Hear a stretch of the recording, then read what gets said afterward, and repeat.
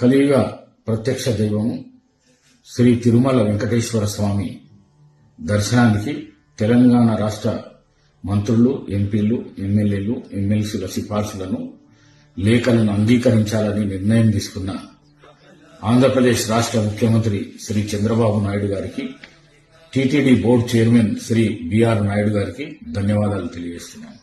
సిఫార్సు లేఖల అంగీకారంతో తెలంగాణ భక్తులకు వెంకటేశ్వర స్వామి దర్శనం వసతి మరియు సులభమవుతుందని అనుకుంటున్నాను.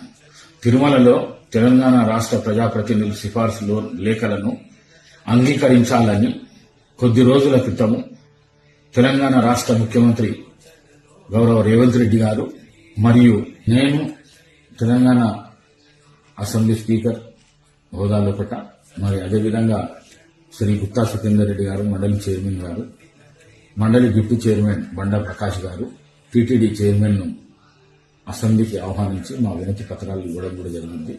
మరి ఈ సిఫార్సు లేఖను అంగీకారం ఆమోదం తెలిపినందుకు ఆంధ్రప్రదేశ్ ముఖ్యమంత్రి శ్రీ నారా చంద్రబాబు నాయుడు గారికి, TTD chairman Shri BR Naidu గారికి మనస్ఫూర్తిగా ధన్యవాదాలు తెలుపుకుంటూ సెలవు తీసుకుంటున్నాను.